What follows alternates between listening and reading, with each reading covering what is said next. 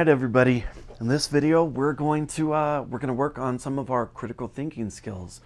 We're going to go all the way back to Socrates, back in ancient Greece, and we're gonna learn a little bit about how to ask questions to help us come to strong, logical, well thought out conclusions. So here we go. All right, let me tell you a little bit about Socrates. Socrates is what some people might call a sophist.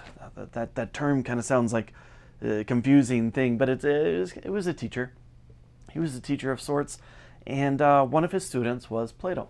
Maybe you've heard of Plato. And he would teach people, and he would spend a lot of time thinking through all these ideas. And his student Plato started to write down some of these dialogues, these kind of conversations, and that's kind of how we know about Socrates today. But one of the things that he shared with us was kind of this approach that Socrates was taking.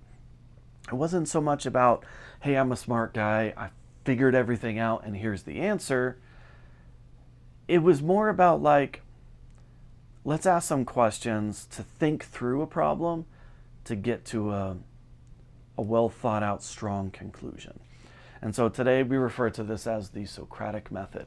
As a teacher, I do this all the time. If I want to get my students thinking, I might ask them a question like, this is one I used in class the other day.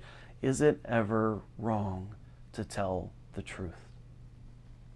So that's something that you might feel is a very easy thing. Maybe you feel that's a very complicated thing, but it gets the wheels turning, and it sets up this opportunity for you to kind of think through a situation, to start asking some questions.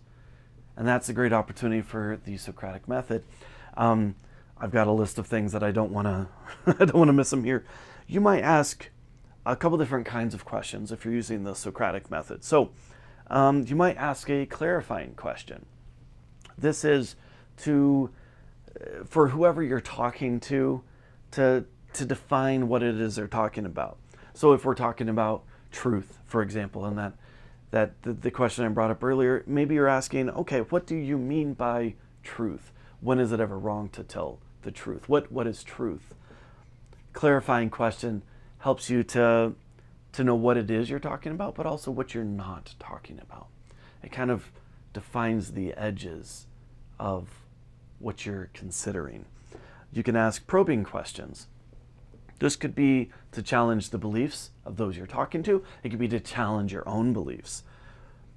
It helps you to kind of think of the assumptions that you're making. What assumptions have I made to get to this point? If I'm not clarifying what wrong means or what truth means, then I'm making some assumptions on what those terms mean. What is wrong or right? What is truth? Maybe those things I need to also clarify. You can ask probing questions. These are questions that can challenge the logic of the argument. How did we get to this point? What are the conclusions that we made to get here? What is the argument being made? What are the examples? Do they make sense? Do they not make sense? It's a lot of questions, but they help to start clarifying and getting the idea out there by probing and prodding and kind of challenging it. Again, you can ask questions about alternative viewpoints. For example, maybe you're asking, okay, if I've made this stance on this point, who might disagree? What other possible viewpoints are there? Are they worth considering as well? What logic got them to that point? And that kind of gives you another series of things to think through that you can consider.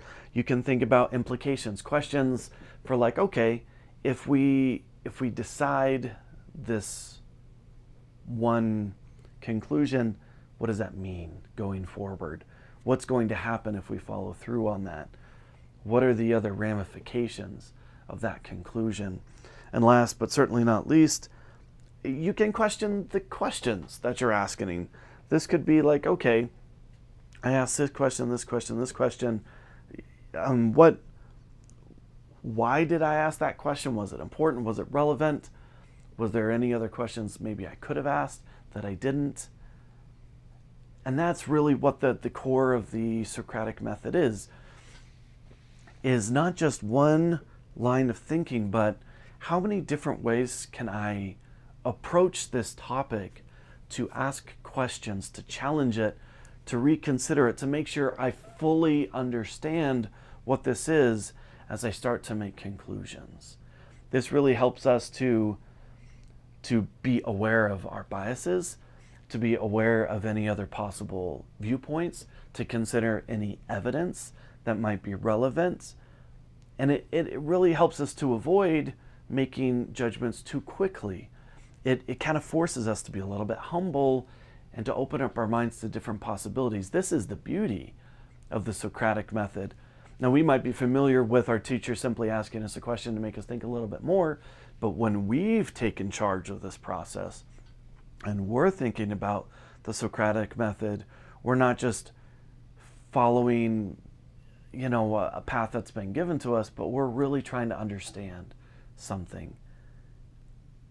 What are the assumptions I made to get here? What happens if this is true? Are there any other possible ways to take this? All really important things for us to consider in this world where AI is going to be so prominent now, but especially even more going forward. It's really important that we learn how to ask these questions, so we consider the information that we're receiving, whether it's human intelligence or it's artificial intelligence, so that we can make really good decisions to figure out what it is we need to do. Those are a couple lessons that we learned from Socrates thousands of years ago. I hope that this helps. I hope that this gets the wheels turning in a very productive way for you. And let's talk about it in the comments. What are questions that you think that this could help you think through? All right, I'm Dr. Jacob Lauritsen. Thank you so much for watching. I'll see you in the next video. Bye.